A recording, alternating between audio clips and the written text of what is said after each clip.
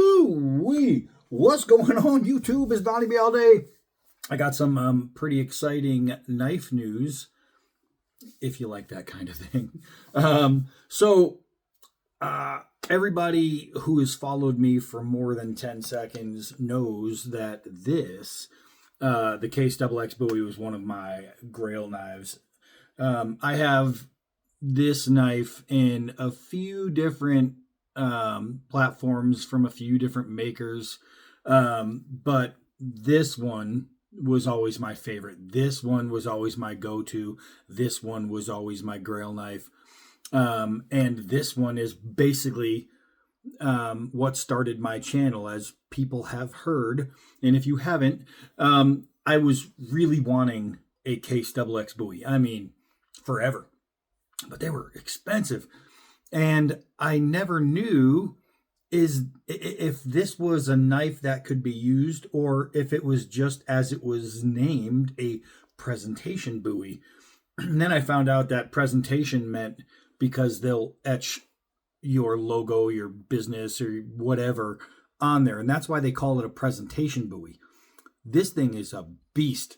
It is a nasty, hard-using, awesome, phenomenal Bowie knife. It is amazing, amazing. And ever since I was a kid, this and it might be, is it behind the door, or is it hanging right there? Right there. That's my Musso Bowie, the dbad Big Jim. These two are my favorite all-time knife designs ever. These are my two favorite knife designs. It's like the 1911 and the Colt single action. My two favorite guns. I happen to have them all. No, I have one of the custom ones I made right here. This is one of my custom 1911s. But the 1911 and the Colt single actions, my favorite all-time guns.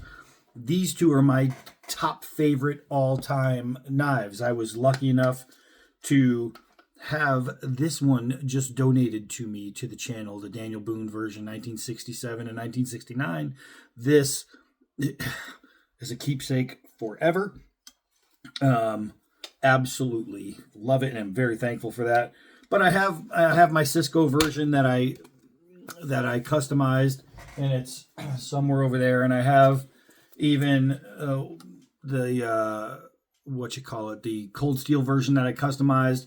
Now, this one, of all of them, I have to say, this one might be my least favorite version, the cold steel version.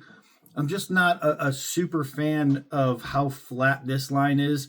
It's barely any belly, and the Wild West Bowies should be thinner here and thicker here, or wider here, I should say.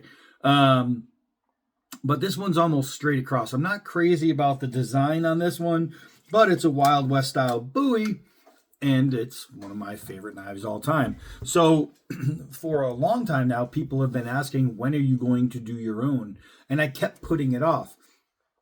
I don't know why I kept putting it off. I actually designed one. I designed one, and I had it sitting, and it was like this close to just right. And I kept looking at it, and I needed to tweak it. So this past week, I just looked at it again, and I tweaked it, and I said, it needs to be done. So it is already, the design is already in process over at KHHI. It is going to be the next dbad offering, and I'm going to show you two things. I'm going to show you my original art, and then I'm going to show you the spec sheet. Hold on. So here it is. This is the dbad Wild West Bowie. 16.5 inches overall, 11-inch blade, 2 3/8 at its widest point. This thing, and it's going to have micarta grips. So this thing is going to be just everything that a Wild West Bowie should be. I didn't want to go with an S guard completely, and I didn't want to go with a full guard. So I kind of mixed it. I went with a short upper S and a regular full lower guard. But this knife is going to be crazy. So you can see the spec sheet. Everything is measured out. It's looking great. This is what it's going to be. So I have a lot to be excited for, and so do people who are fans of my blades and what I do, my designs, because I get to not only have my Grail knife, but I get to have my own version. And I'm super excited about that. Just like my Muso Bowie Grail knife. And I knew it could be better than it was originally made.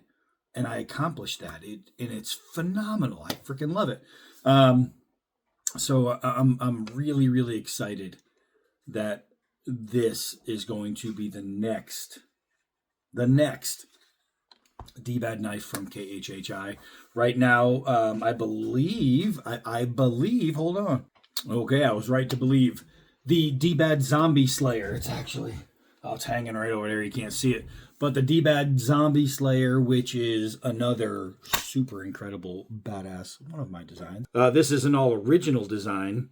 You can see it there. It is just freaking amazing. That one is now, let me set you guys back up here. That one is now on the website, KHHI. That knife, it's got a 12-inch blade size with a almost a 5.5-inch grip. So it's huge. It's a big knife, but it's so swingable. And it's just awesome. It is really, really awesome. $135. $135.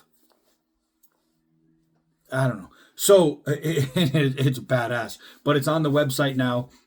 I'll let you put the link down below to that.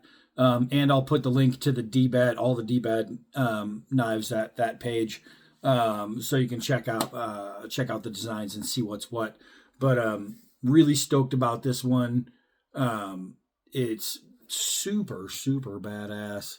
I actually, when I did the write up for it, usually I do the name of the knife, dbad Zombie Slayer, and then I have to do a title for the title page, and I put the blades that bite back.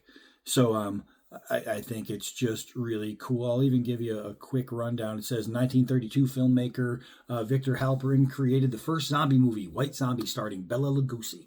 Remember him? He was Dracula. This film began the love for brain-eating rotters we not just love, but secretly wish for.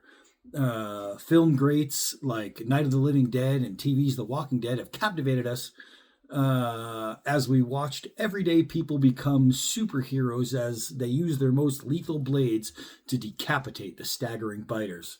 The Zombie Slayer blade, with its hand-filed bite taken from the blade, pays homage to the monsters who can eat through anything and everyone.